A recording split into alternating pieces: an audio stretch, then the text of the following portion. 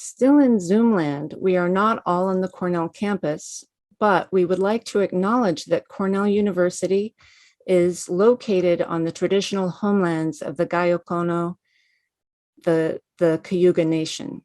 The Gayokono are members of the Haudenosaunee Confederacy, an alliance of 6 sovereign nations with a historic and contemporary presence on this land.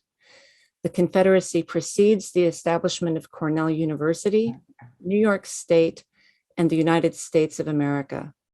We acknowledge the painful history of the Gayokono dispossession and honor the ongoing connection of Gayokono people, past and present, to these lands and waters.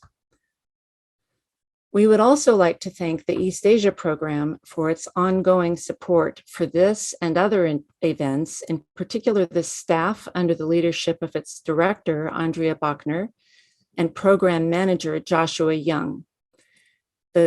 We have a new Cornell East Asia series editor, Alexis Simon, and with the help of able administrative assistant Jennifer Fields, and not least Amala Lane, who graciously handles event logistics and communications, we have been able to organize this series and 2 more events with Tim Brook in the coming week and a day. Tomorrow we have the Cornell Classical Chinese Colloquium features Professor Brook, who's going to do a reading of Qiu Jun's Da Xue Yeni Bu. And on Friday of next week, he is going to join a roundtable on legitimizing the state, China from 1300 to the present. The Hoosier Distinguished Lecture Series was established in honor of one of the foremost public intellectuals of the 20th century. As our Professor Emeritus Sherman Cochran provocatively put it, arguably the greatest Cornellian.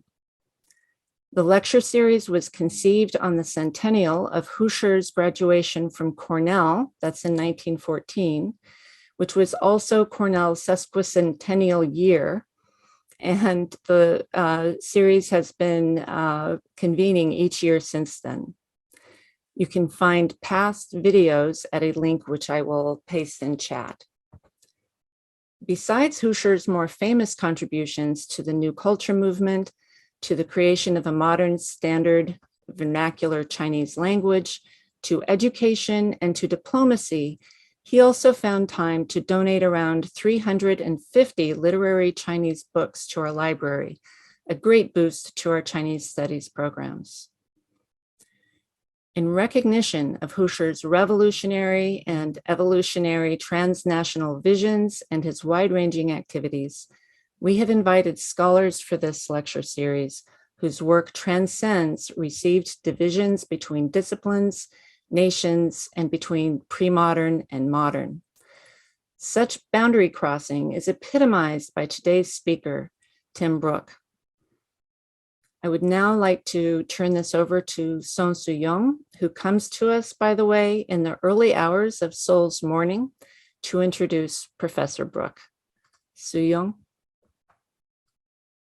Welcome to the annual Hoosier Distinguished Lecture.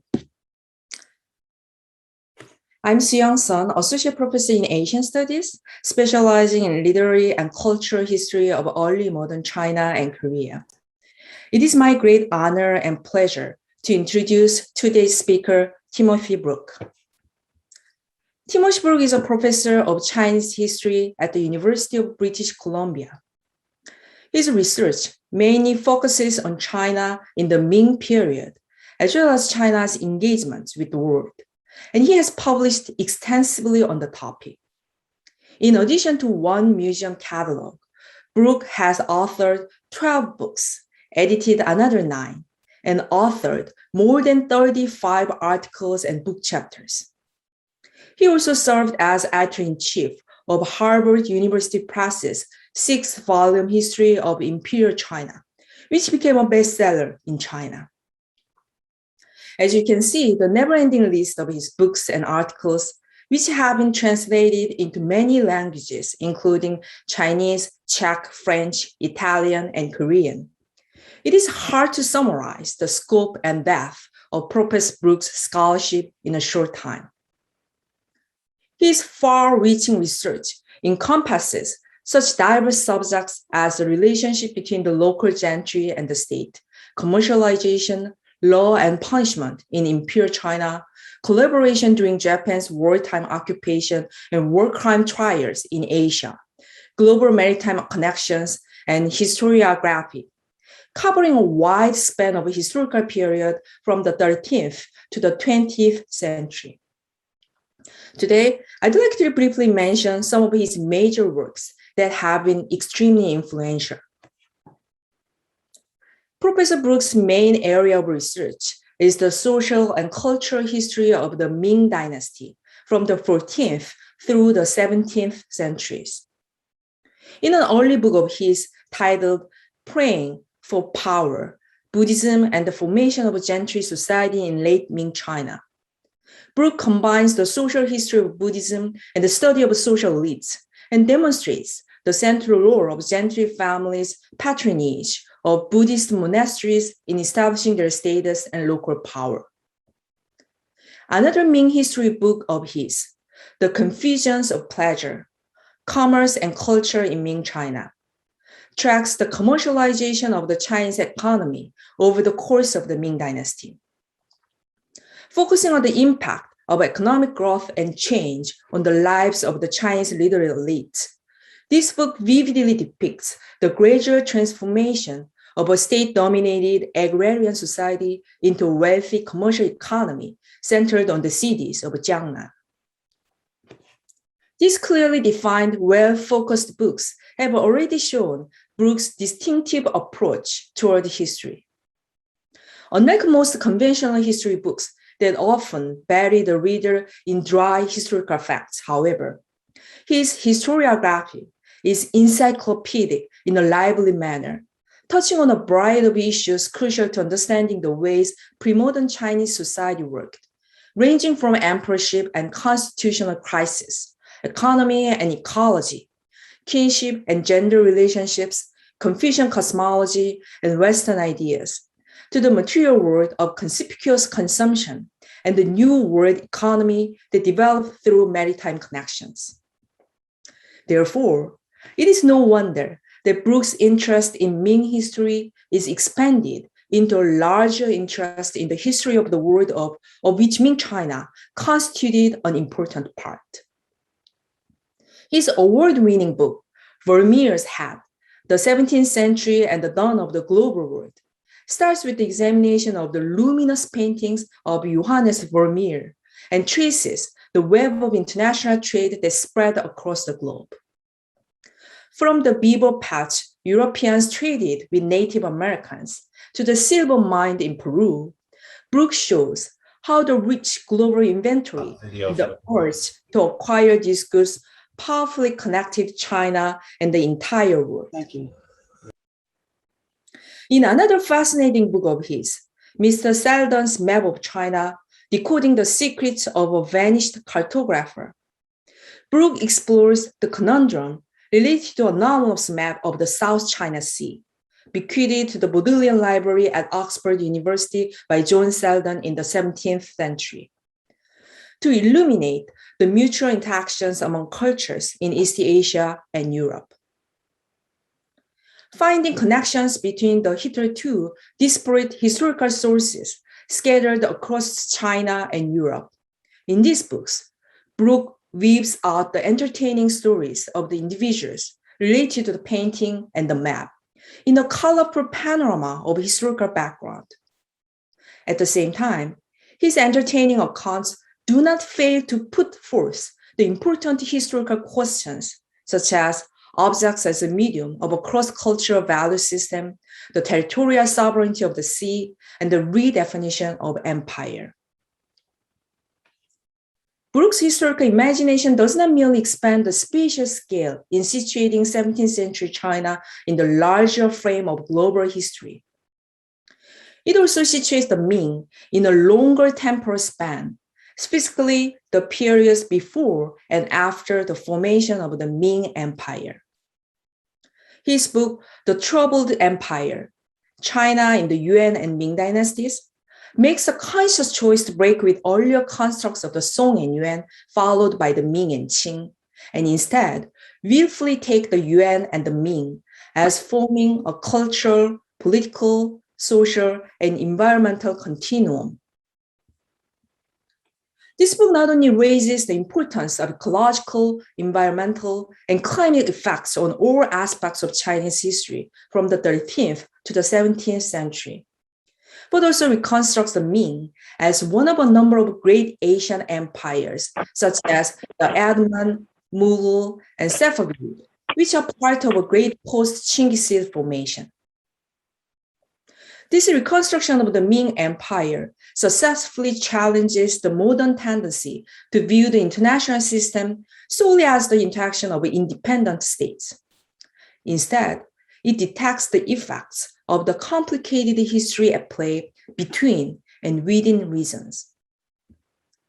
In his edited volume, Sacred Mandates, Asian International Relations since Genghis Khan, Brook and his collaborators suggest the operation of much more diverse ethnic, cultural, political, linguistic, and spiritual form of statecraft in Asia than the monolithic nation-state model, and identify three words: Chinggis Mongol, Tibetan Buddhist, and Confucian Cynic, each of which represent different forms of civilization, authority, and legal order. Furthermore, in one of his most recent books, Great State, China and the World, Brook investigates the history of China's complex relationships with the world beyond its shifting borders, and argues that the shape of the Chinese state and contemporary China's approach to the world was determined less by its Han Chinese rulers than by the legacy of the two great empires that ruled China for several centuries, that is, the Mongols and the Manchu, who have been considered outsiders or aliens to the civilization essentialized as Han. His books have sparked debates on the concept of Asian sovereignty and provided new ways to examine contemporary China's global engagement, particularly with regard to understanding how historical elements in state legitimation are appropriated in modern China. Even from this very cursory summation of his scholarship, we can clearly see that in the trajectory of Brook's historical inquiry, he has not hesitated to challenge the conventional norms and confront the controversial issues. With his characteristic incisiveness, he lays bare the misconceptions reproduced by the Orientalist and modern Chinese politics. In his Death by 1,000 Cuts, which traces the laws of punishment in imperial China, Brook and his collaborators successfully deconstruct the Western misconceptions of Chinese judicial cruelty. In collaboration, Japanese agents and local elites in wartime China, Brook reconsiders the discursive politics of resistance versus collaboration, which has been championed by Chinese politics of heroic patriotism. His inquisitive, creative mind reminds us to scrutinize our own ideological positions and opens new areas for serious research. His extensive use of historical sources cuts freely across linguistic, temporal, and disciplinary boundaries. As a scholar of literature, I'm particularly amazed by his superb storytelling. His writing is lucid, insightful, and sharp, often tinged with humor and irony, vividly unfolding the timbre of the historical figures, events, and objects in their own context, which makes otherwise esoteric historical topics easily accessible not only to scholars and students, but also to general audiences. It is our great pleasure to have him, one of the most original and inspiring historians of our time, here at Cornell to give this year's Shi Distinguished Lecture. Please welcome Timothy Brook.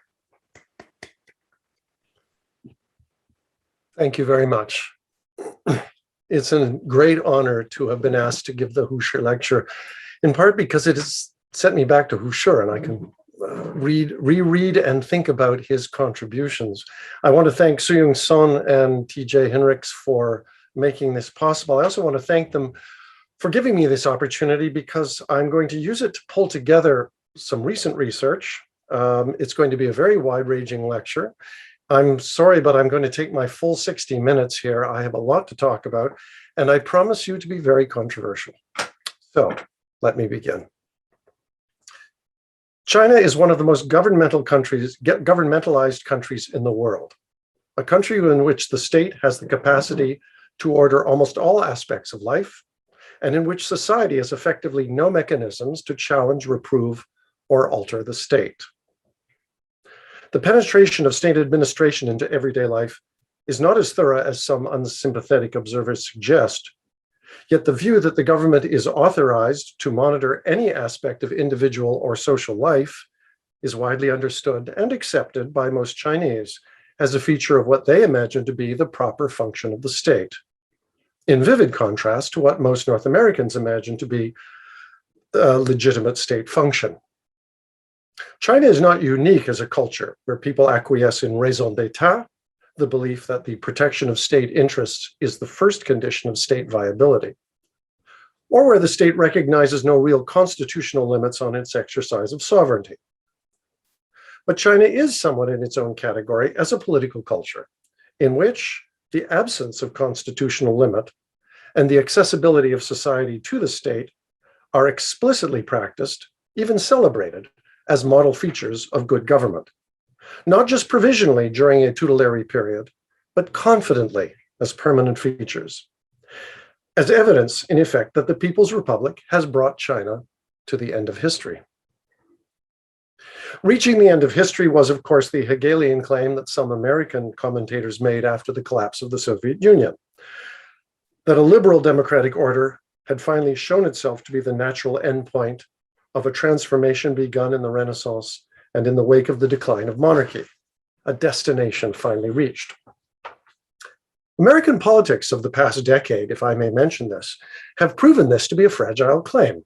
The degree to which the United States veered towards state lawlessness would, I think, have stunned those in the 18th and 19th centuries who ran the original experiment in constitutional democracy. Do Chinese politics of the past decade tell the opposite story? That is to say, has that experiment in state organization, by contrast, reached a stage at which it has so thoroughly resolved its internal contradictions that the system has been perfected and alternative paths into the future closed off, and history thus ended? Much in the past decade, indeed just the past few years, could be offered as evidence that the Communist Party's experiment has brought China to a degree of perfection such that it allows the PRC state a free hand to seize Michael Kovrig and Michael Spavor as hostages and place them in solitary detention for almost 2 years in defiance of international law, that authorizes the state to arrest and shame its critics, such as former Tsinghua University law professor Xu Jiangrun, that gives the PRC state a free hand to imprison Uyghur intellectuals, such as literary scholar Gayratian Osman, currently serving a 10-year incarceration, and medical research scientist Tursunjan Nurmahmet, who was disappeared last April. Does it permit the state to incarcerate over 1 million Uyghurs, Kazakhs, and other Turkic Muslims in what the Chinese ambassador Huang Ping euphemistically calls vocational training centers, purely because of their ethnic identity? And this is to name just a few recent unfortunate events. And all this without much negative comment from the Chinese people. So these developments have led me to ask, by what standards is state action lawful when that state is the People's Republic of China? I should by now have some of you squirming in your seats at what sounds like the commission of Timur Ruskola's charge of legal Orientalism. Now, I have long admired Ruskola's sustained critique of the narrative in the study of comparative law that polarizes a lawful West and an unlawful East. But recent events mean that I find myself having to reflect upon acts of the PRC state, and they offend my sense of lawfulness. Ruscola is fond of citing Clifford Geertz's observation that law, quote, is part of a distinctive manner of imagining the real, or in his own terms, as, quote, a resource of signification, a structure of the political imagination. Now, I recognize that law is not natural, but constructed, particularly law in its liberal form, in Ruscola's terms, as a fundamental element, and I'm quoting here, in the modern worldview that conceives of the individual as the paradigmatic existential, political, and legal subject, and the state as the privileged medium for the instantiation of its universal values. As a historian, however, I cannot but help notice that law's construction is, I think in every culture, derived from a long, difficult, and intentional history through which some people have striven to produce a system of order in which the reasons for which an individual acts are not in every case outweighed by the reasons for which a state acts. If the observation that law is a structure of the political imagination alarms me slightly, it is because it leaves people vulnerable to acts by political agents with different imaginations, whether they occupy the pinnacle of state leadership or run errands for the local police that might include knocking on your door at 5 a.m, waving a legal document in your face, and causing you to disappear. To aver that law has no fixed content may well be intellectually rigorous. But in all legal systems, law has content, and what that content includes can affect profoundly what people are allowed or expected or required to do as the legal subjects of the particular system of law they live under that has constructed them in this way. Law is a construction, but it in turn constructs us, and in ways that, given its service to the state, renders resistance difficult. Law in any political system may be law regardless of its content, but not all political systems provide the same benefits or opportunities, nor do their laws enable or restrict the same rights and obligations. The story that laws tells may not be the story we want told, and that need not reduce us to being polite cultural relativists. To allege, as I've already done, that the PRC state in recent years has been conspicuous in failing to meet what I happen to regard as appropriate standards of state lawfulness could be a regrettable lapse into legal Orientalism. But I don't think so. If legal systems differ, their differences can be subjected to an analysis that is not purely prejudicial. As Donald Clark has recently and reasonably argued, quote, in the case of China, there is prima facie evidence suggesting that we should at least be open to the idea that the Chinese order system is fundamentally different from what we think of as a legal system, and it should not be methodologically impossible, let alone politically incorrect, to say so. I am not a philosopher of law, however. I'm a historian, and so today I will use what is in my toolkit and apply that to the history of Chinese state formation and political philosophy, and see how that might help us better understand the current crisis, and it is a crisis, in which China and the world are facing off. Now, a historical approach requires suspending any notion that the PRC state is the necessary or characteristic or let alone end of history outcome of the Chinese tradition. A historical approach accepts that governance practices today and the ways of speaking that justify them as lawful have emerged from a complex range of factors that cannot exclude policies, protocols, and practices from a great range of sources, especially prior to the 20th century, and that are subject to debate among Chinese themselves.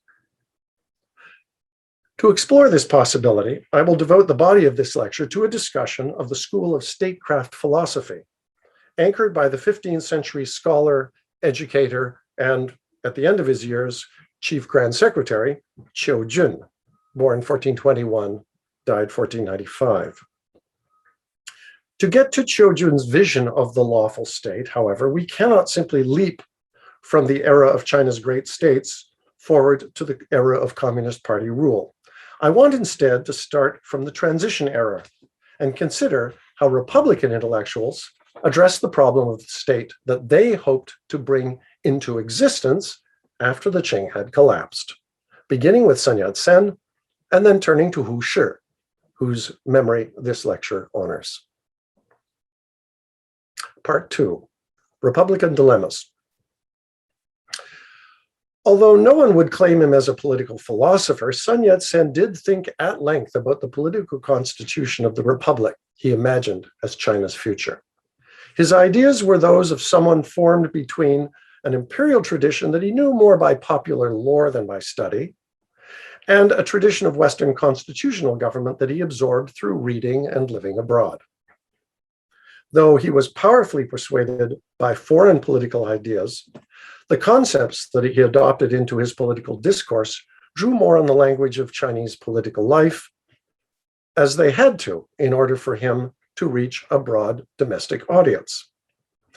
Sun was a political actor, not a political philosopher, and his most famous formulation as a political actor were the principles of Chinese republicanism known as the three principles of the people: Minzu, Minqian, and Minsheng.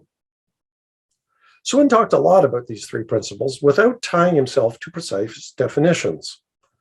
The conventional translations of these terms, nationalism, democracy, and socialism, are later construals and rather masked what he imagined when he coined them.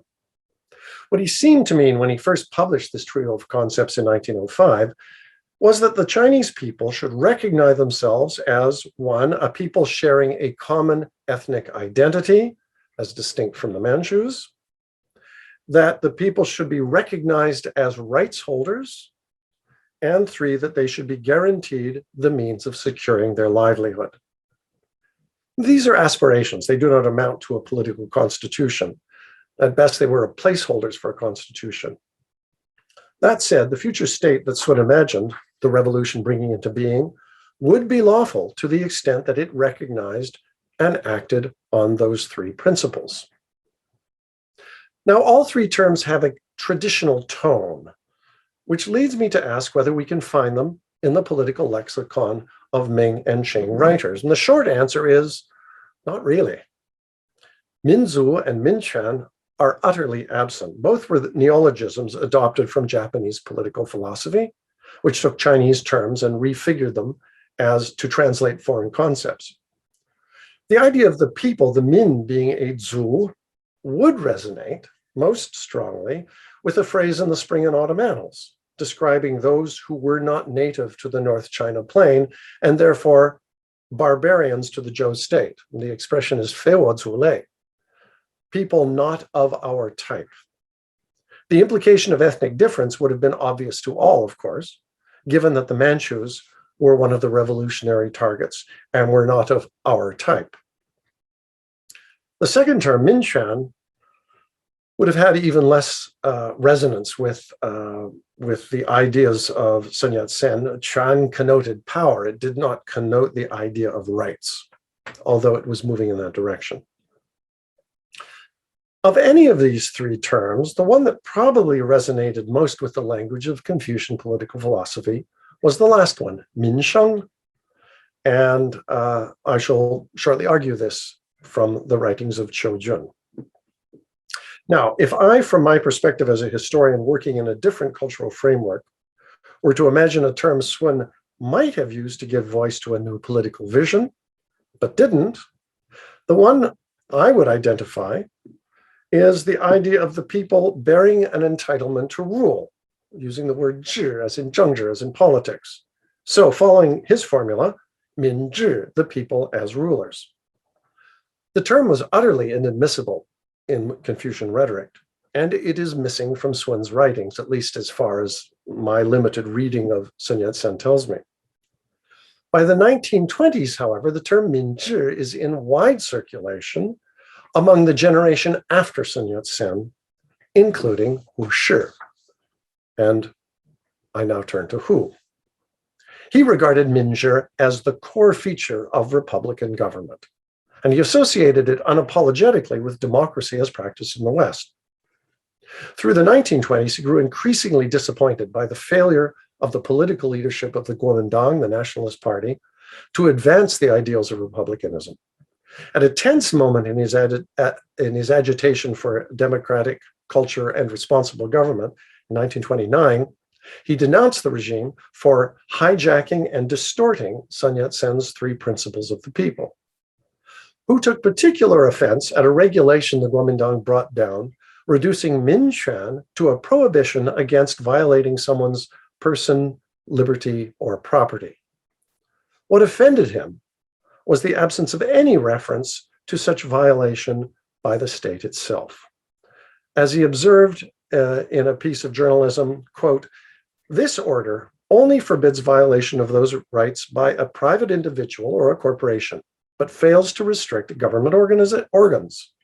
It is true that a private person or a corporation must be prohibited from attempting acts of encroachment upon another man's person, liberty, or property. But the country is suffering very much more through and from illegal acts of governmental organs, or acts done in the name of the government and the party. The order in question seems to have accorded no protection or guarantee to the people against the acts of the government itself." End quote. The people may be said to have rights, but the right to rule for Sun Yat-sen was not specified as one of them. Now, Hu trod gently here, but he laid responsibility in part with Sun himself, whose unreflective conservatism excluded something like minzhi from consideration.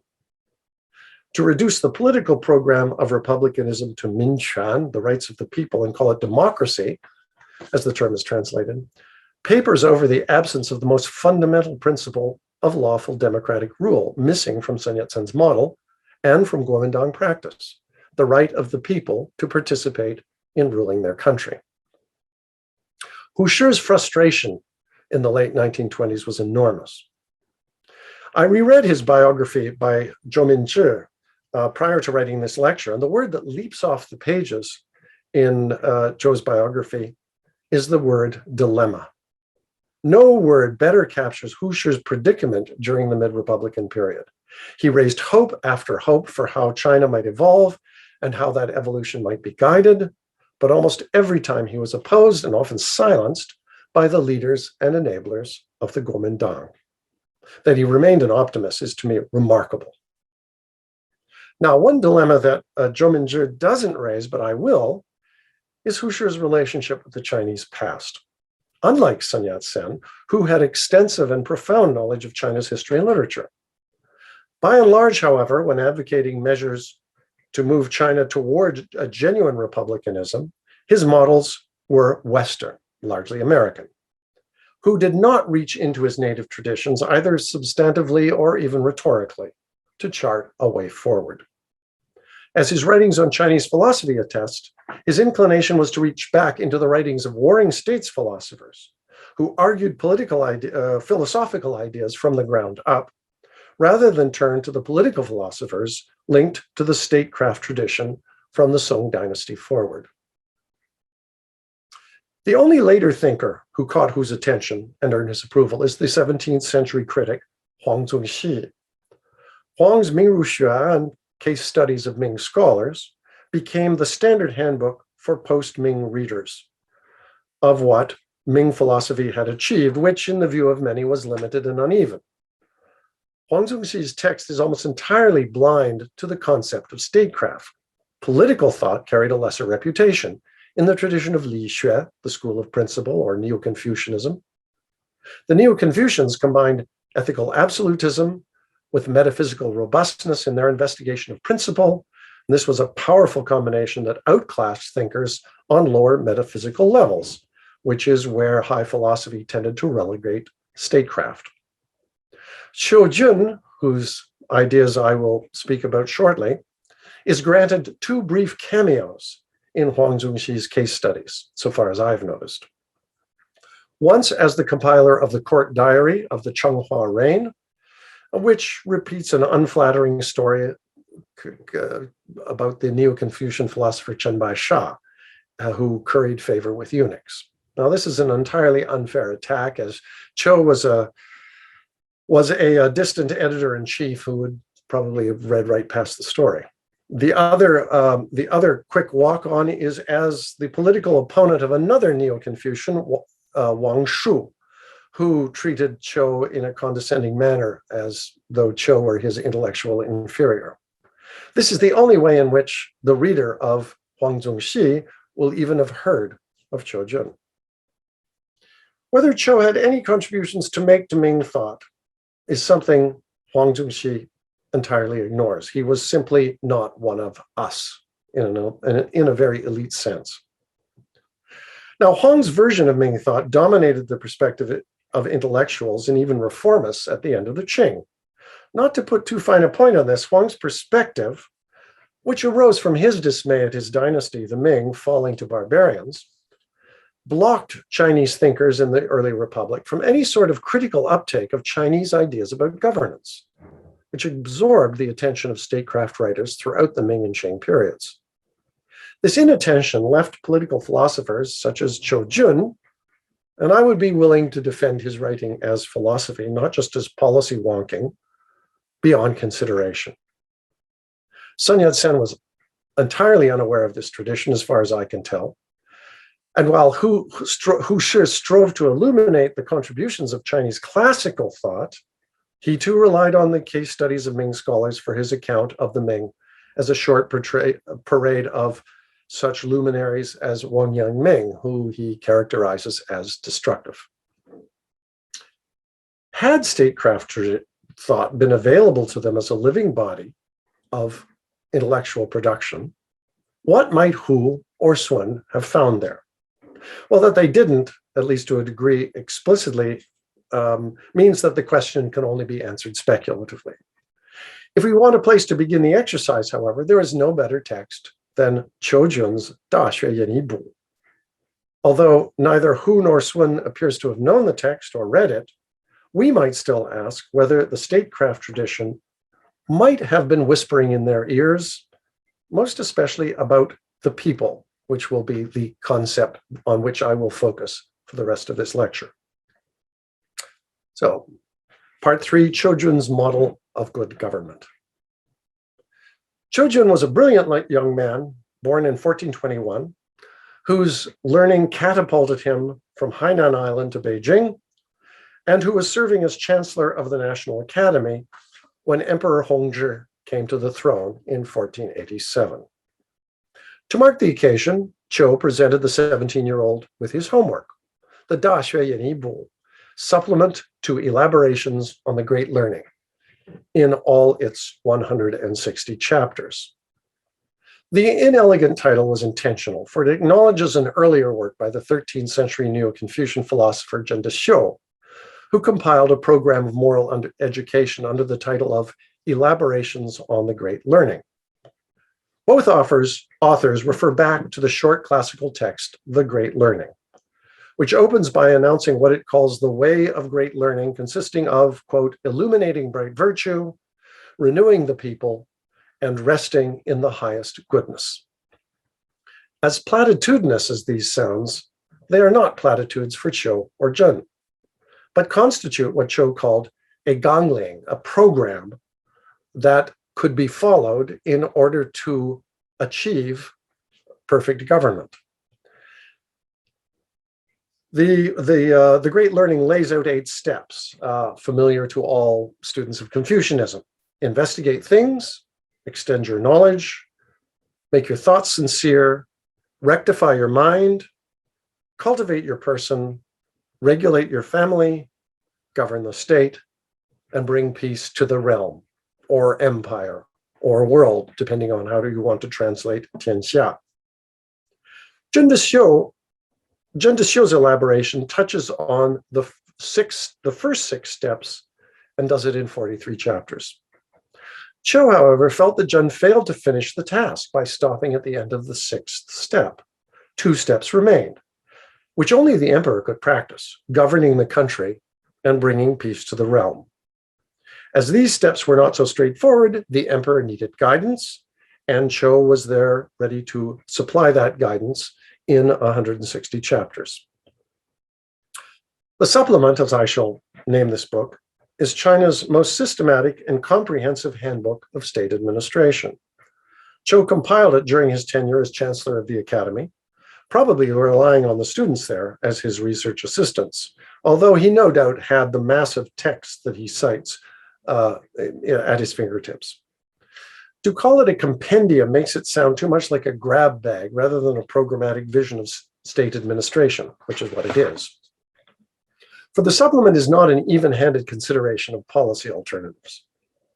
It is a carefully constructed, unified vision of how a Confucian bureaucracy, under the aegis of an informed, moral, but minimally interfering emperor, should manage the affairs of the realm. It was very much a project of its time. Qiu and his generation of officials lived in the shadow of the 1449 Tumu incident, when Emperor Zhengtong led a massive army on a pointless excursion across the Great Wall against the Mongol Great State, only to be taken hostage halfway back to Beijing as he beat a hasty retreat. The loss of the emperor was a constitutional crisis of epic proportions, which steady hands at the time resolved by placing the emperor's younger half-brother on the throne. An improvised solution that might have held had China not been plunged at exactly that moment into a 7-year climate downturn, worse than any in several centuries. The crisis of the 1450s haunted the rest of the 15th century. Intellectually ambitious officials such as Qiu Jun vowed never to allow an emperor to repeat the errors of that decade. Looking back on the claims and debacles of great state ambition that had dominated the first century of Ming rule, without daring, of course, to call down any Ming emperor for anything he might have done or failed to do, Qiu put together a complete program of state administration and policy options designed to bring China back into line with its classical ideals, largely filtered through the wisdom of philosophers of the Song school of principle, Zhu Xi holding pride of place among the authorities that he liked to cite. Given Qiu's neglect at the hands of philosophers, I was amused to discover that the archway leading to his tomb on Hainan Island is graced with the inscription Li Xue Ming Chen, renowned official of the school of principle. So that title should put us on notice that the school of Li Xue, the school of Neo-Confucianism, was not regarded by its own practitioners at the time as purely a gymnasium for metaphysics, but it was at least as much a playing field for the design and implementation of policies consonant with the ideals of Confucian philosophy. To be fair, Jingshi was not, Statecraft was not so much a philosophical school, at least in terms of its own aspirations, as it was a mode of communication through which ideas, people, and texts were linked. And I thank my colleague Yin Shou Fu for this insight. Nonetheless, its guiding assumptions were firmly rooted in Neo-Confucian philosophy. The conviction guiding Qiu through the supplement is that all problems in the public realm, political, infrastructural, social, economic, environmental, moral, can be resolved by careful analysis and correct procedure. Qiu sets up his program within the classical construction of the emperor as the son of heaven, which meant starting with the court that surrounds the emperor in the first section of the book, moving to the officials who serve the court in the second section, reaching out to the people whom the officials oversee in the third section, and so forth, branching out further and further to other tasks and responsibilities, penultimately dealing with the military, and finally dealing with the barbarians. Given that the system hinged on an absolute ruler, the temptation of autocracy hovers at the edge of statecraft thought. Yet it was an impulse that the supplement resisted to some extent. The emperor whom the text constructs could not simply do as he liked. He was merely born to his job. He had to be educated to it properly. He had to take the best advice on policy that was available. He had to listen to qualified technocrats whose knowledge and moral education exceeded that of his own. In other words, Qiu and his cohort. What is somewhat unusual about the supplement within the genre of statecraft writing is its voice, the text directly addresses one reader, the emperor. Qiu opens his preface with the phrase, "Chen Wei, your minister avers." Each chapter then is structured as a sequence of quotations, first from the classics, followed by commentaries from pre-Ming thinkers, followed by his own commentary. And once Qiu gets to his own commentary, he prefixes this with the comment, "Chen An, your official comments," with Chen printed in half-size character to display his deference to his implied reader. Qiu started compiling the supplement under the Chenghua emperor, who took no interest in what the chancellor of the National Academy was up to. Chenghua's death in 1487, by which time the supplement must have been completed, was a stroke of remarkable good fortune for Qiu. For Chenghua's heir, the 17-year-old Hongzhi emperor was willing to receive a copy of the book.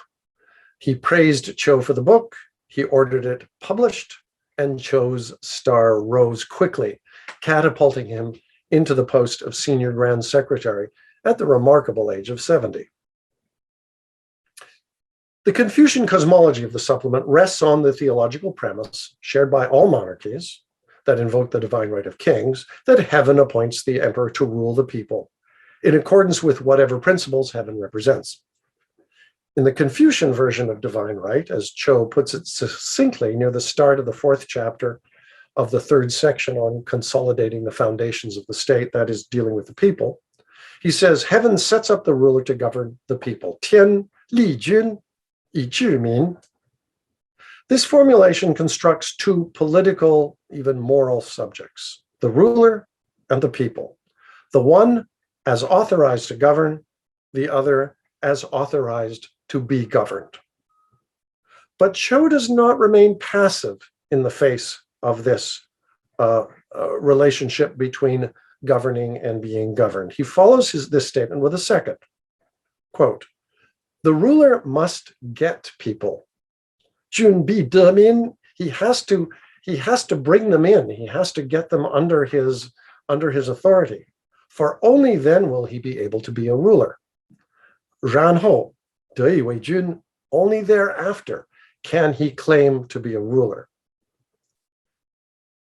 This way of putting it might seem a little opaque, but what he's saying is that there is no such thing as a ruler without the people over whom he rules. And in their absence, the ruler does not exist. As he puts it in blunter terms, quote, "A ruler cannot be without the people for even one day." What he's done is set up a reciprocal relationship in which neither party can be absent. As he says in the opening section, in the opening passage of this section of the book, he repeats a kind of standard platitude of Confucian political philosophy, "Minzhe guozhi ben," the people are the root or the foundation of the state. It's a standard piety, though Qiu urges the emperor to have this statement, quote, "inscribed on the corner of the throne so that it is carved into your mind and etched into your bones." This is the lesson that he wants the Emperor Hongzhi to pick up on. Unlike other pietists, Qiu has views on why this is so. Quote, "What makes the state a state is the people and nothing else. Without the people, there is nothing by which a state can be a state.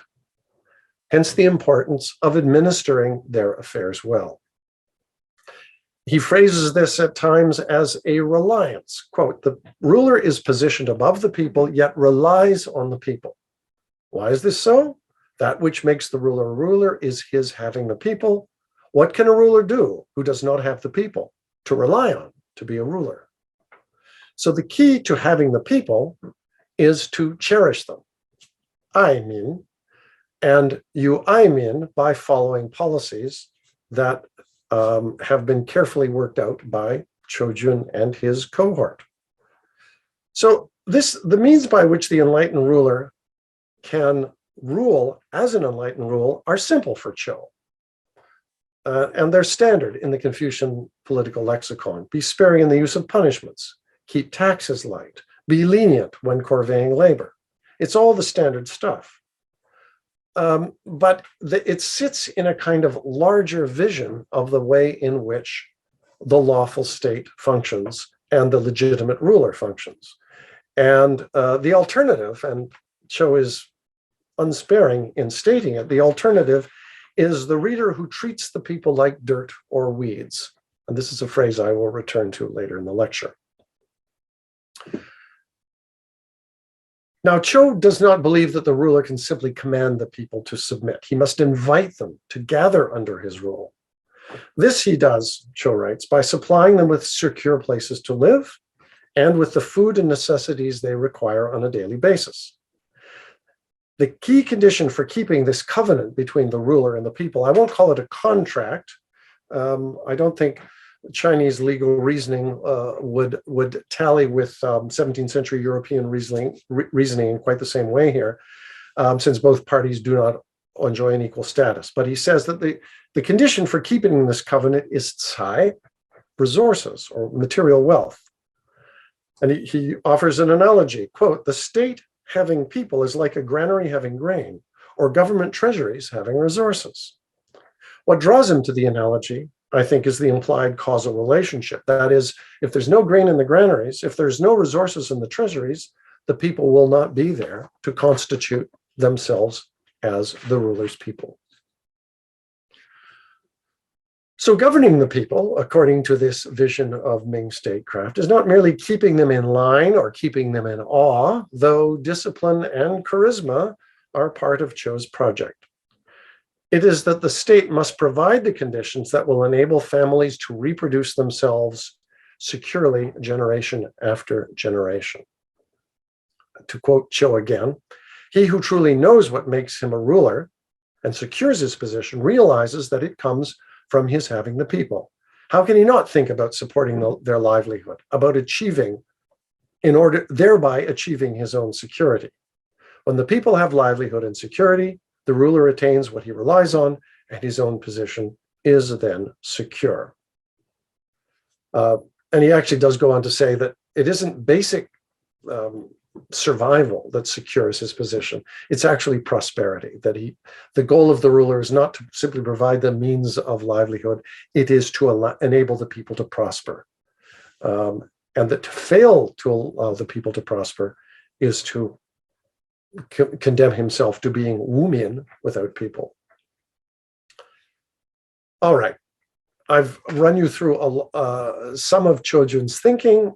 Let us now go back to the concept of minsheng, the people's livelihood, or socialism as it ended up getting translated in the 1920s. Where does minsheng arise? Well, the great learning, the text on which Qiu elaborates, does not use the term. Its term is xinmin, renewing the people. Qiu acknowledges that term, but he doesn't use it. He doesn't seem to like it. He doesn't even gloss it, which for Qiu is unusual. He's usually busily glossing every technical term that comes up in his book, partly because he's talking to a 17-year-old. The term he prefers is minsheng, which he may have understood as less abstract than xinmin, not renewing the people, but giving the people the means of their livelihood.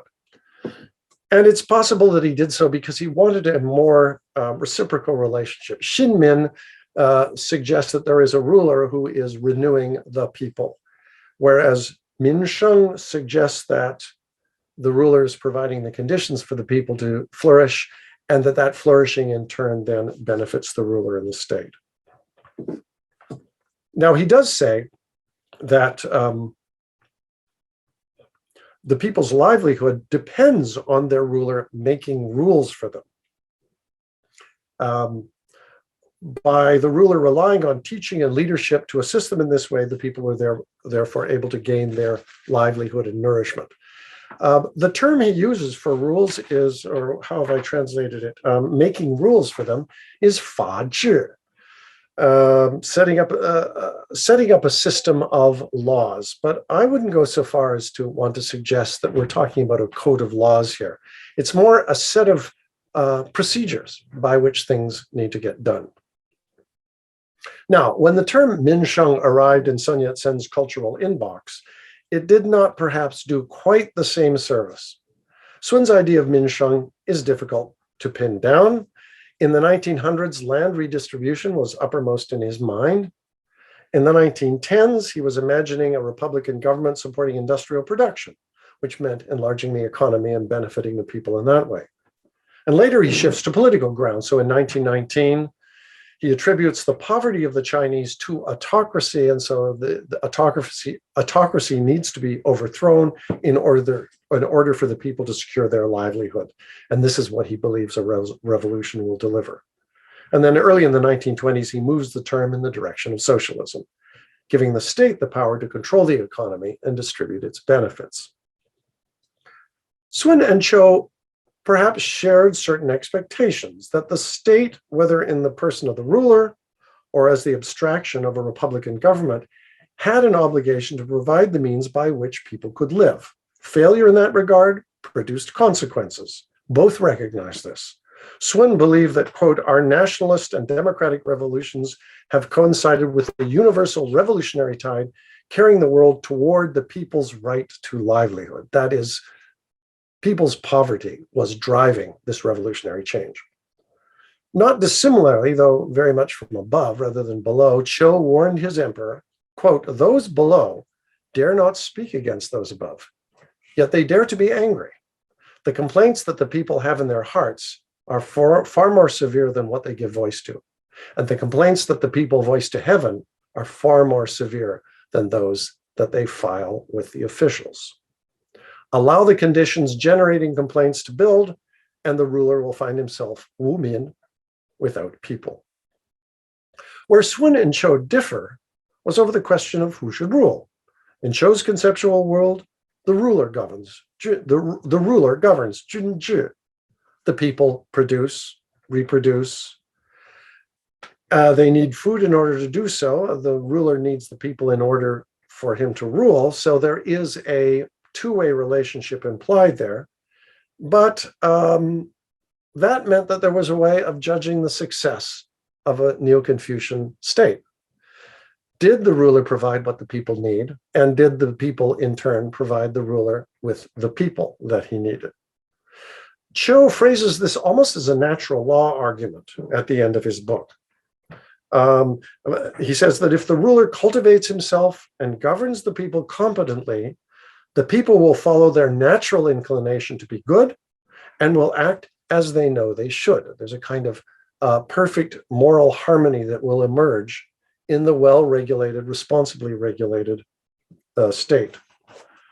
Now, had Sun chosen to stay within Confucian statecraft technology to imagine his political author, he might have switched out Junzhi for Minzhi, but he didn't. People would be ethnic masters, they would be rights holders, but they would not be rulers. Top down, not bottom up. Part 4, reasons of state.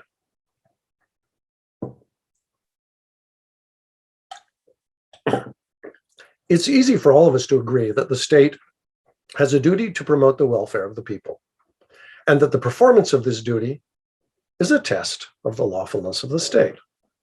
Where people and cultures differ, however, is over the political constitution and economic program we think likeliest to promote popular welfare. There was a period in the history of European political thought when the appeal to the livelihood of the people started to set off alarm bells.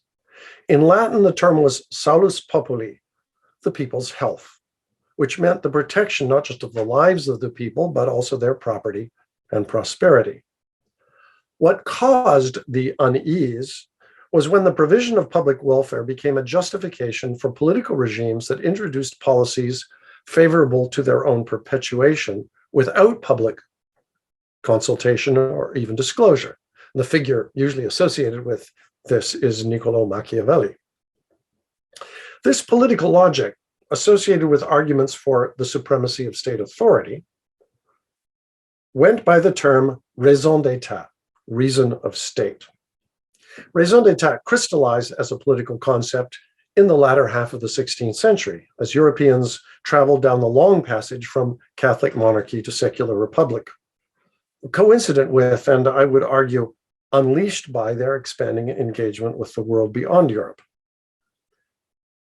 Much of Europe was ruled through a small network of royals linked to each other by kinship and marriage, but confidence in that exclusionary practice was slipping, and political philosophers of the Renaissance found themselves having to explicate the existence and legitimacy of states without being able to take recourse in any divine right of kings, divine or even kinship-based rights of kings. Those rights were slipping away, and new logic had to be found. The depersonalization of the state then generated a massive host of questions about how the operation of government, in the absence of the intervening divinely guided character of the monarch, could be squared with the Christian morality that rulers were expected to exemplify. Machiavelli is famously credited with initiating the conceptual problem by advising the ruler to act in ways that benefited only his interests without concern for acting in ways that embodied Christian virtue. One of the critics of Machiavelli, who constituted the second generation of theorists of raison d'etat, was Giovanni Botero, a failed Jesuit, but a successful advisor to several cardinals. In his Della Ragione di Stato of 1589, Botero opposed illegal or immoral acts by state leaders, but he did allow that a leader must attend to the survival of his state, and that attention is what he called reason of state. In his words, reason of state was, quote, knowledge to found, conserve, and expand state dominion in the hands of a ruler who upheld justice and attended to the needs of those unable to provide for themselves. Sounds a little bit like Qiu's model. I've selected Botero from among many other Renaissance candidates because he happened to be keenly interested in China, as many intellectuals of the time of the late 16th century were. In his Relazione Universale of 1596, it's a kind of catalog of world cultures, Botero praises China as, quote, a very earthly paradise, where nature and art strive to content the inhabitants, where no good thing is wanting, but much superfluous and to spare. So for Botero was tremendously impressed with China. And he notes, in every place, no matter how unpropitious, quote, whatsoever is needful for clothing, for food or nourishment, delight, or cause of a civil life is to be found. Now, it would be excessive to suggest that Botero's idea of the well-governed state relied on the example of China. What is intriguing for present purposes, though, is the extent of overlap between what he approved of and what Qiu regarded as essential for the good state, the good of the state and the prosperity of the people. For example, Botero applauds the mid-Ming decision to turn away from great state adventurism. Observing that content breeds stability, he uses the Middle Ming to exemplify a favorite argument he liked to make against military expansionism. As he says, conquest brings care to see to the conquered, which is exactly the view that Qiu Jun took. Botero also observes that China's borders were closed to foreigners, lest their customs and conversations should breed alteration in manners or innovations in the state, which is again exactly a point that Qiu Jun makes. To conclude, Botero writes of China, every man's endeavors tend wholly to the good and quiet of the Commonwealth, by which proceedings, and here he is speaking again of China, justice, the mother of quietness, policy, the mistress of good laws, and industry, the daughter of peace, do flourish in this kingdom.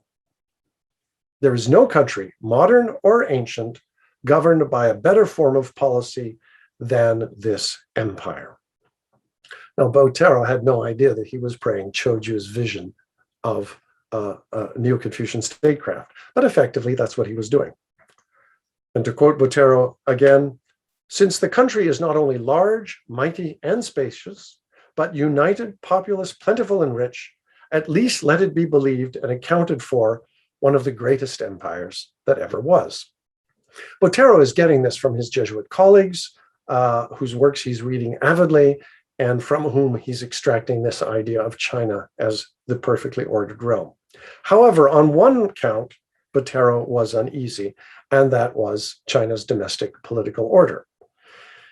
He doesn't mince his words when he says, the government is tyrannical, for throughout the kingdom there is no other lord but the king. They know not what an earl, a marquis, or a duke means. No fealty, no tribute or toll is paid to any man but the king. This culture of severely hierarchical authority, which transfers downward to local judges and officials, dismayed Botero. Quote, no man may speak unto them but upon their knees. Herein the people show their base minds, making themselves the slaves, not the subjects of the prince. Now, the whole business of Chinese subjects being required to go on their knees and kowtow and so forth is an ongoing Orientalist trope in European writings. But what concerned Botero is that there is a distinction that he would make in his political philosophy between a subject and a slave, and that distinction was not properly maintained in the Chinese political order. Now, Qiu and like Machiavelli, Botero believed that a well-governed state is one that delivers the contentment and prosperity that a poorly governed state cannot deliver. But unlike both Machiavelli and Qiu, he regarded the exclusion of the people from deliberations in state affairs as a sign of unlawfulness, a state seeking to enlarge its power at its people's expense, a government in which the people are subjects, not slaves. In the tradition in which Botero writes, the state that reserves its reasons to itself, that declines to reveal or revise them when subject to critique, is unlawful. Such a state may deliver ample benefits to the people, but when it is only to perpetuate itself, which is to say perpetuate the leader or the oligarchy controlling the levers of power, then it forfeits its legitimacy. Such a state becomes tyrannical. But Qiu Jun also had language for this, and I cited it earlier. The vicious or violent ruler is one expression he uses, and the other one is the ruler who treats the people like dirt or weeds. The opposite Qiu Jun has in his mind is the Renji Jun, the benevolent and wise ruler, who is fearful of heaven's rebuke and the people's anger. For Qiu, there was not a problem in the system of imperial ruler, because so long as the ruler was being advised by wise officials, they would guide him towards a state that did not conduct a tyranny. And yet for Botero, the lack of any kind of structural impediments to state tyranny was cause for concern. Now, where have we heard China being accused of being a tyranny recently? Well, from none other than Xu Zhangrun, the Tsinghua University law professor I mentioned in my opening remarks. In February 2020, Xu castigated President Xi Jinping for his mismanagement of the COVID-19 outbreak. He had been critical of Communist Party leadership for some time, but this was the last straw for the party dictatorship, and it led to Xu's arrest, termination of employment, deprivation of pension, suspension of citizens' rights, and public humiliation in the summer of 2020. Now, Xu was later released from prison for want of anything to charge him with. Even PRC law couldn't come up with a plausible pretext. But he's since been made to bear constant police surveillance, and he's been placed in social isolation. The Communist Party went after the right person, in a sense. Xu is a profoundly learned scholar of constitutional law who for years has been researching the processes by which Chinese jurists and theorists over the past century and a half have endeavored to develop a legal system that takes full account of China's historical legal legacies, while intervening those legacies with judicial standards evolved in global legal traditions. Language echoing the great learning rolls off his keyboard just as easily as does the rule of law and democracy, which, as he writes, quote, ought to be intrinsic elements for constructing modern China. For Xu Zhangrun, no state should hide behind reason of state, and people should be free, quote, not to discriminate between East and West, nor to distinguish between Chinese and foreign, but simply to observe what comes before and after, and to notice what rise and falls.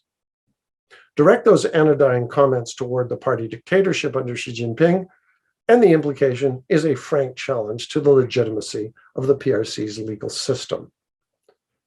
Xu does not get there by fetishizing Western judicial liberalism. He understands the cultural embeddedness of law.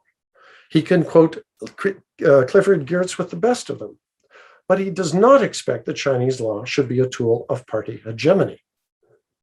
It should be developed organically by engaging with the best of Chinese and European legal norms, so as to nurture a positive and progressive culture in China and, if I may quote Botero, establish, quote, concord among peoples. No wonder the Communist Party mobilized its legal machinery to persecute this man. Do Xu Changrun's views make him a legal Orientalist singing China out as a failed legal tradition?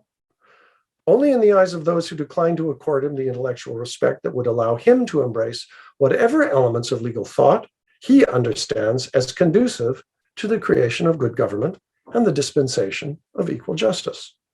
Xu was trained in Western legal theory, and that training has encouraged his understanding that law reflects its cultural context. As well, that law shapes social realities. In fact, he quotes Geertz to this effect, saying, quote, legal thought is constructive of social realities rather than merely reflective of them. So what Xu Changrun seeks to do is to construct a different reality than what prevails under the current party dictatorship, and to do so by developing, quote, a scheme of interpretation for legality in contemporary China. I wish him well. It would be excellent to know that the law should no longer simply disappear behind reasons of state. Well, in this lecture, I have taken you a long way up and all the way back down a long river of the statecraft tradition from the Ming to the present. On the academic issues I have raised, I might conclude by observing simply that there are aspects of the Chinese statecraft tradition that countenance autocracy, as there are in the European tradition of the rule of law, but also that the statecraft tradition, like one school of the Renaissance discourse on reason of state, does not hand the autocrat carte blanche, though he may think it does, but expects the ruler to serve the people. But that was the Renaissance. This is now. And if you've heard that expression before, serve the people, you should pause. There is certainly an autocrat in the room. Let the people serve themselves. Thank you. Thank you, Tim, so much for this stimulating talk and for bringing Ming history into conversation with the 20th century and with recent events that have been of concern to all of us. We will turn now to Q&A, and I'm going to ask you to use the raise hand function. And if you're new to Zoom, you can find that by moving your cursor to the bottom of your screen, and you will see a reactions icon. And if you click there, you can find the raise hand function. And then lower your hand when you are called on and unmute, and remember to remute when you are done talking. So do we have any questions?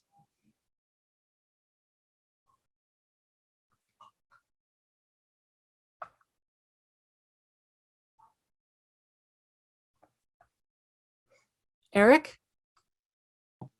Hi, thank you, Professor Brook, for this wonderful talk. I actually first knew of Qiu Jun's from your work, The Confucian Pleasure, when I read it 10 years ago.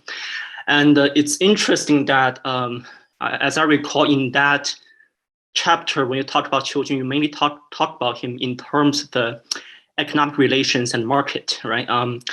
So it's interesting that what also drew me to that book, to this day still, and from time to time, I do to go back to read the introduction you wrote, is there's a snippet where you describe that you went to China in the 1970s, and then, by the time you wrote the book, it seems kind of there's huge change, somewhat parallel to what was going on back then. So my question is that, based on your sort of this re-entering of Qiu Jun, if you were to write the Confucian pleasure nowadays, how would you actually talk about the seasonality? I mean, it seems that when you were in China, it was kind of like a spring, and then my generation had a sort of end of the summer, and now it's in the winter.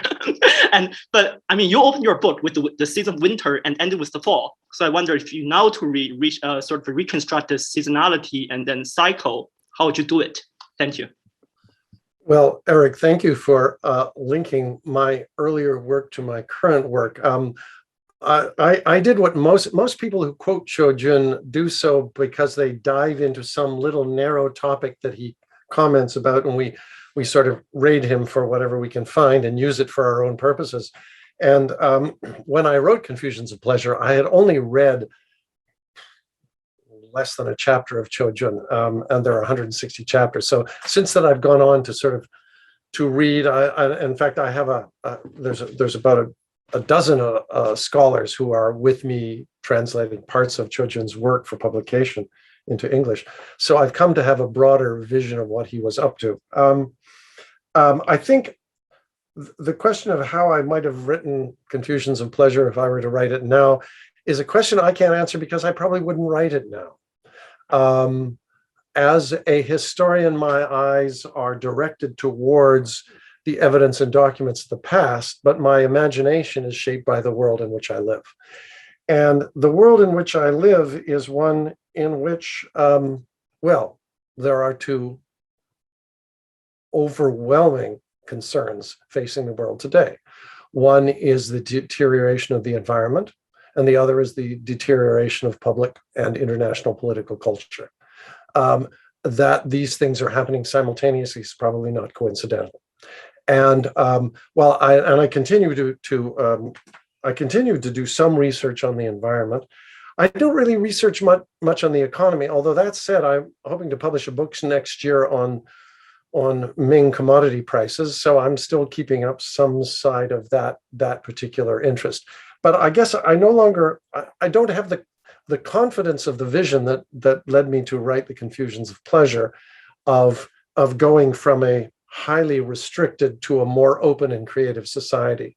That was a process I saw in China over the 1970s and 80s. I warmed to it, and it seemed to resonate very well with a certain phase of Ming history. The society I see today is the high level of excessive consumerism, the overexploitation of natural resources, the failure to renew natural resources. All of these issues, I think, would just make it impossible for me to write that book. I would end up writing a very different book and probably a less optimistic portrait than the one that I produced whenever that was, 20 odd years ago. But thank you for the question. Yuan? Hi, Professor Brook. Thank you for the fascinating talk. Actually, I'm very interested in the terms you apply to the Ming Dynasty because the title of your talk today, Troubling Legacies of the Confucian Statecraft Tradition, just reminds me of your previous works. One is the Chinese state in Ming society, and the other one is the troubled empire, China in the Yuan and Ming dynasty.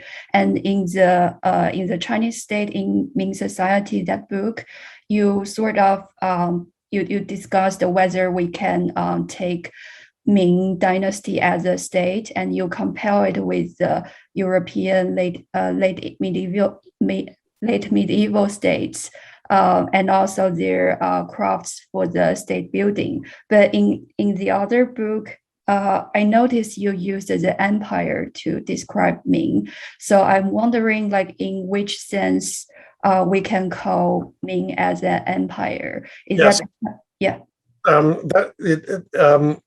I no longer like to use the word empire. To me, empire is too tied to a set of historical dynamics that I think of as based in Europe, and that's why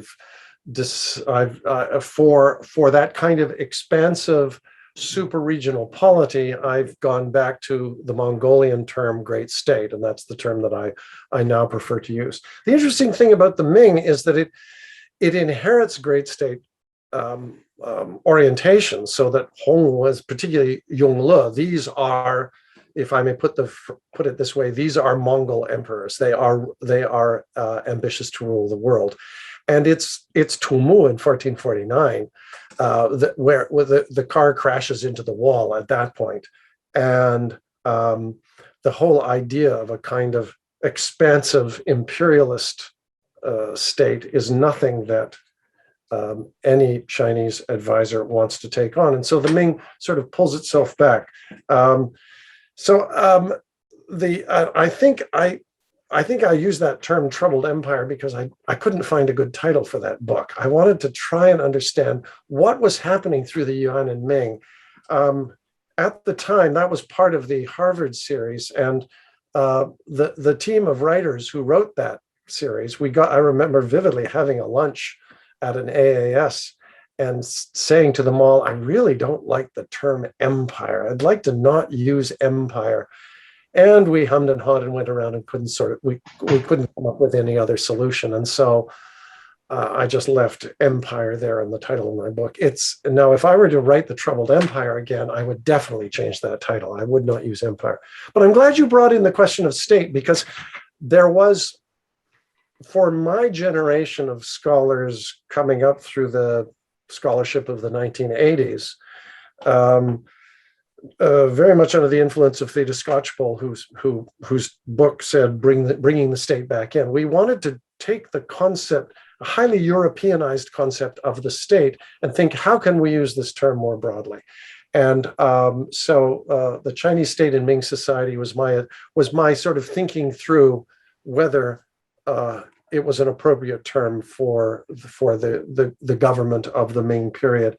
And I decided it was. And so it's a term, well, as you see from my talk today, I use it consistently.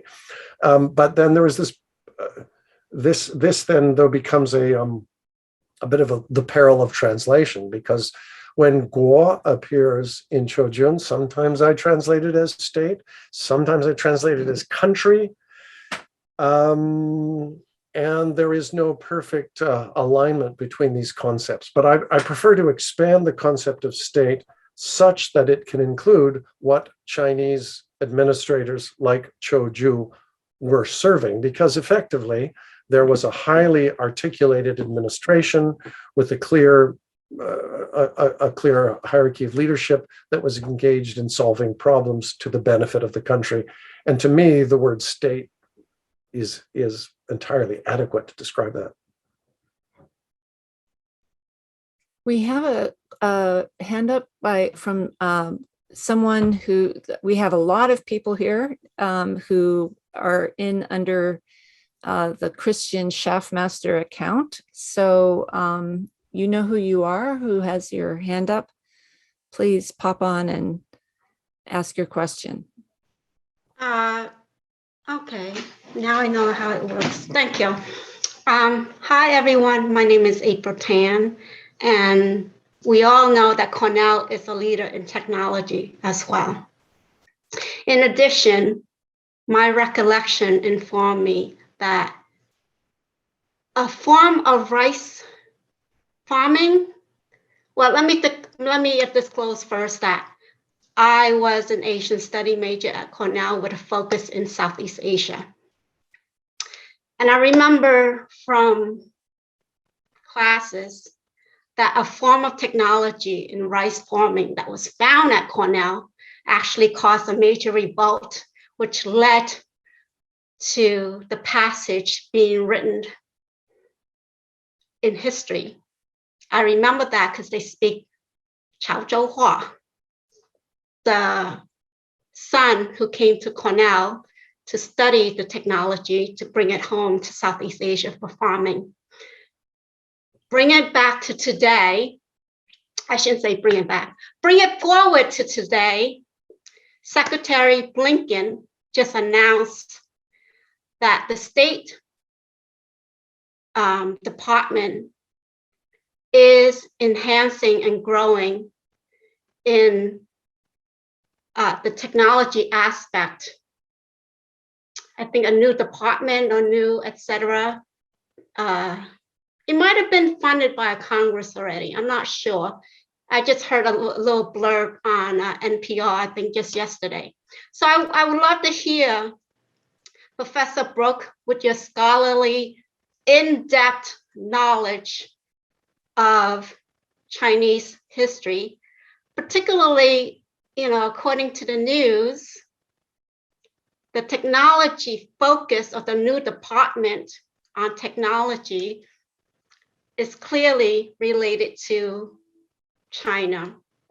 So share with us your most intimate and most scholarly, enriched thoughts, please. Well, forgive me for being so vibrant. thank you, April. You are sending me into a zone that is just beyond my competence.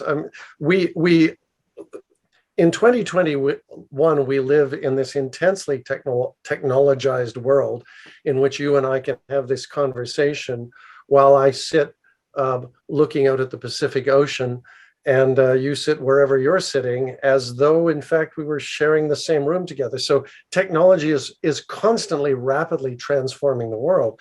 It's also transforming the way in which states function, because states engage in technological development in order to enhance their capacity to, if I can go back to Botero, to found, what is this phrase he used? Found, establish, and expand the state. Now, for people like me who don't really understand technology very well, that is a source of anxiety, and this becomes another one of these reasons of state that the state, not the State Department, but the state globally is seeking to enhance its capacity to protect itself and to expand its powers using technology, much of it digital technology, much of it online. And states use this kind of capacity in order to weaken each other.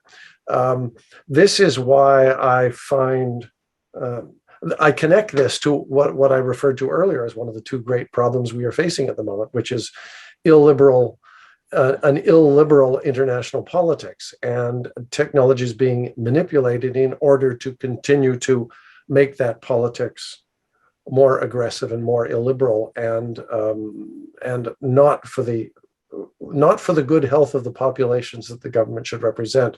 So, but to me, it's a bit of a black box.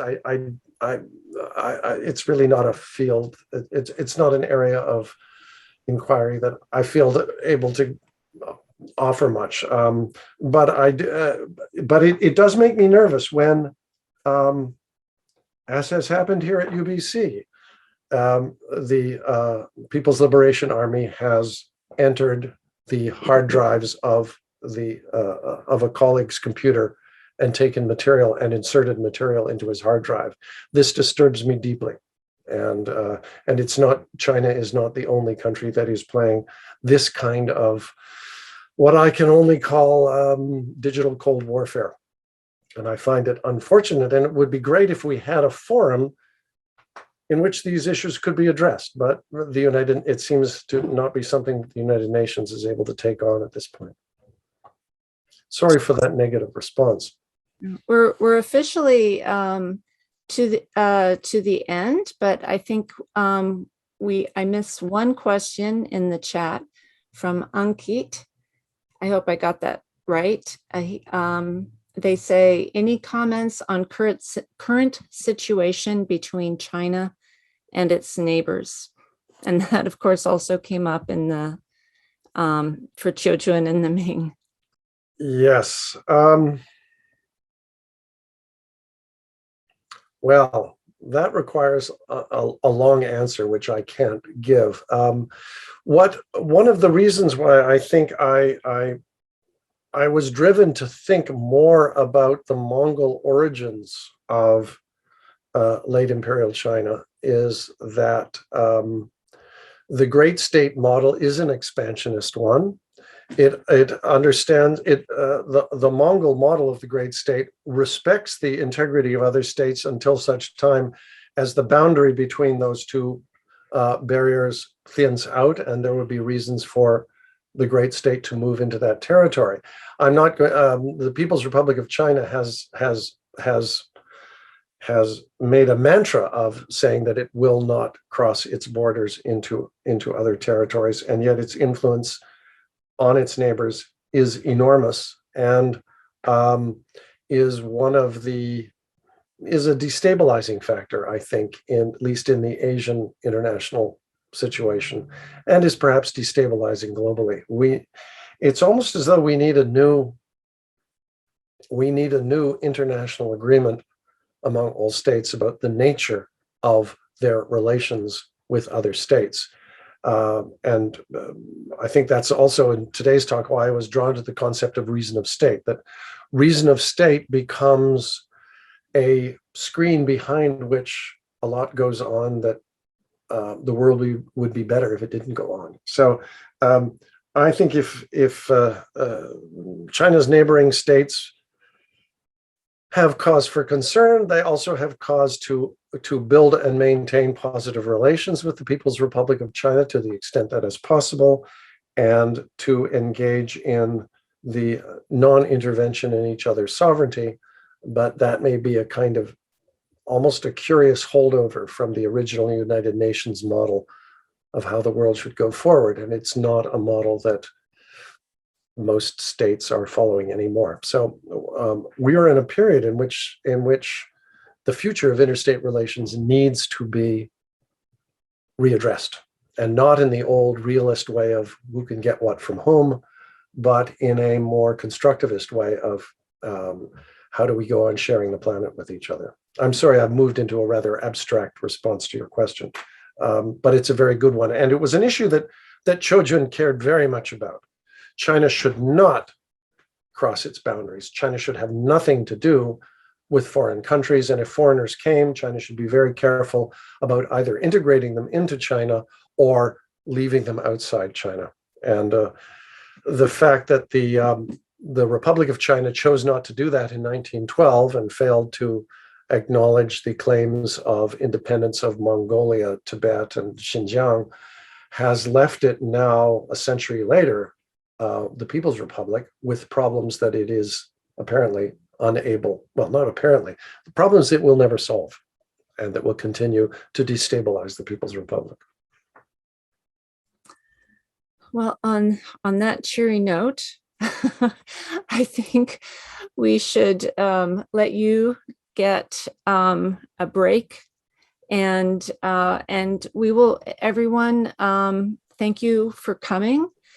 There will be more opportunities to engage with Professor Brook tomorrow at the Cornell Classical Chinese Colloquium, and next week at another event, and you can find those links online. At some point, the video for this talk will appear on, you will be able to find it along with those other videos that are linked from previous Hoosier lectures. You will be able to find this one together with those through the East Asia Program website. So I would like to thank Professor Brook again for an outstanding Hoosier lecture, and thank everyone for coming and bringing some life to the Zoom land. Thank you.